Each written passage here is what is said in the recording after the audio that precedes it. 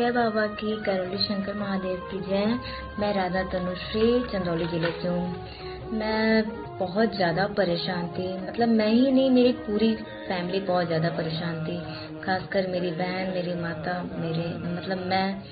मेरी बहन को ये समस्या थी कि उसके सर में यहाँ पे झुनझुनी टाइप होता था। तो हमने काफ़ी सारे डॉक्टर को दिखाया, BHU गए हम। तो ऐसे एक डॉक्टर थे कि उन्होंने हमारे जो अपॉइंटमेंट की फीस थी उन्होंने लौटा दी। उन्होंने ऐसे देखा, पूछताछ की उन्होंने, पर हमारी फीस वापस लौटा दी। तो हम लोग को एक आश्रम दिखा करौली शंकर महादेव का। तो हम लोग आश्रम गए, हमारे सारे नियम प्रक्रिया सारी हम लोगों ने पूरी की। गुरुदेव से हम लोग मिले, हमारी दीदी बैठी उनके सामने और गुरुदेव गुरु माता वहाँ पर उस टाइम थी। तो तुरंत उन्होंने, मतलब कि जो भी प्रॉब्लम थी, जो भी यहाँ पे था, जो भी यहाँ पे समस्या था, कुछ यहाँ पे बैठा हुआ था, उसे गुरुदेव ने तुरंत पकड़ लिया और तुरंत ही पकड़कर नोचकर फेंका उस चीज़ को। और मेरी बहन स्वस्थ हो गई। वो आज उसका दिमाग सही है। हम लोग, उसका पागल की स्थिति थी, वो पागल हो जाती अगर नहीं ठीक करते तो गुरुदेव। और मेरी समस्या थी ये कि मेरे पेनक्रियाटिस में बहुत ज़्यादा, मतलब कि दर्द होता था। कई साल से मैं परेशान थी और मुझे एक हफ्ते 10 दिन मुझे ठीक होने में लग जाते थे। तो फिर मैं भी डॉक्टर के पास गई थी पहले कि क्या दिक्कत है। तो डॉक्टर ने बोला पेनक्रियाटिस की समस्या है, आपको एडमिट करनी पड़ेगी और आपका खाना पीना बंद करना पड़ेगा, क्योंकि ये दर्द है, ये फैलता है, ये रस की तरफ फैलेगा और आपको सिरिंज के द्वारा आपको खाना पीना दिया जाएगा। तो हम लोग बहुत ज़्यादा डर गए थे। तो हम लोग बस एकमात्र हम लोग का आसरा गुरुदेव थे।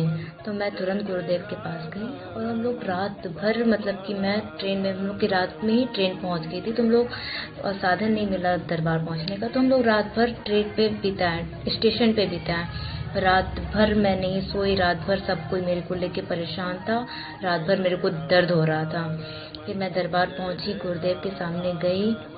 उनके पहले तक भी मेरा दर्द कर रहा था मिलने से पहले, पर मैं जैसे ही सामने गई गुरुदेव के, उन्होंने दर्द को यूं पकड़ लिया और वो दर्द कहाँ गया, वो तो एक मिरेकल ही है मेरे लिए। मैं बहुत मतलब उस समय बहुत खुश हो गई थी। तो गुरुदेव को बहुत बहुत धन्यवाद, उनको जितना भी धन्यवाद करो बहुत कम है हमारे लिए। और गुरुदेव की कृपा से आज हम लोग आपके सामने हैं, स्वस्थ हैं, हर तरह से खुश हैं। बहुत बहुत धन्यवाद गुरुदेव। और जो मीडिया वाले बोल रहे हैं बहुत गलत बोल रहे हैं। आप वो बस एक ही पहलू दिखा रहे हैं, वो दूसरी पहलू दिखाई नहीं रहे। जो बोल रहे हैं कि हमारी चिकित्सा जो होती है पैसे लेते हैं गुरुदेव, बहुत ज़्यादा टोकन लेते हैं, उन पैसों से ले रहे हैं गुरुदेव, उससे हम लोग को ही गुरुदेव ने सुविधा दी है। रहना फ्री, खाना फ्री, हर चीज़ फ्री उन्होंने किया है। तो इतनी बड़ी बात नहीं है ये। और गुरुदेव तो ऐसी शक्तियाँ, हवन के पुण्य बांटते रहते हैं और कितनों के तो ऐसे इलाज किए हैं गुरुदेव। अभी मेरे होली के पहले बहुत ज़्यादा सीरियस हालत था, मुझे समझ में नहीं आता, मेरा सर दर्द ठीक नहीं हो रहा था, सर जकड़ा हुआ था, बुखार ज़्यादा था, मुझे कुछ भी नहीं समझ में आ रहा था।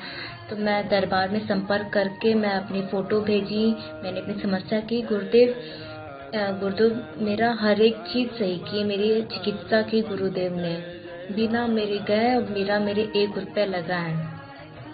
तो आप लोग ये झूठी बातें फैलाना बंद करें, इसका परिणाम अच्छा नहीं है। और जो आप बोल रहे हैं कि आप साधु हैं, संत हैं, महात्मा हैं, आपको क्रोध, ये सब गुस्सा शोभा नहीं देता, तो आपको एक बात ये भी पता होनी चाहिए कि जब राजा प्रजापति दक्ष ने शिव जी को बहुत ही बुरा भला किया था, तो माता सती को भी रौद्र रूप धारण करना पड़ा था। उन्होंने कुछ नहीं किया, पर भोलेनाथ जो हमारे हैं उनको भी रुद्र रूप में आना पड़ा।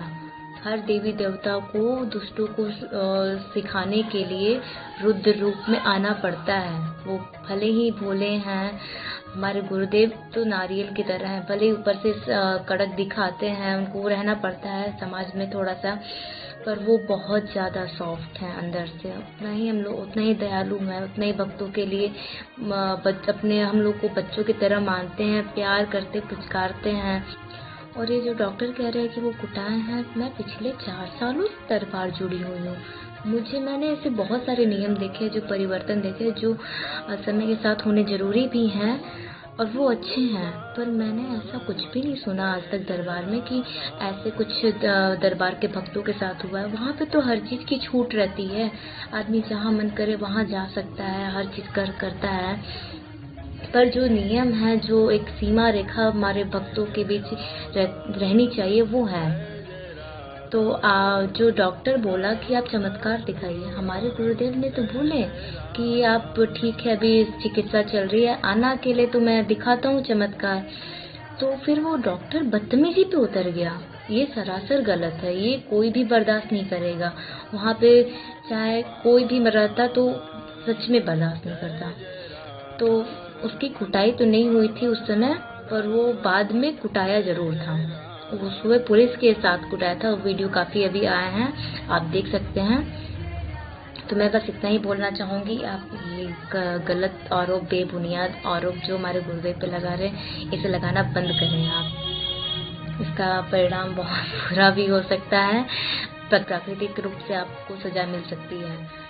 ये हमारे भोलेनाथ, हमारी माँ कामाख्या का सच्चा दरबार है। हमें और करौली सरकार हर वक्त को पूरा विश्वास भरोसा है। आप प्लीज़ ये सब गंदे शब्द इस्तेमाल मत करें।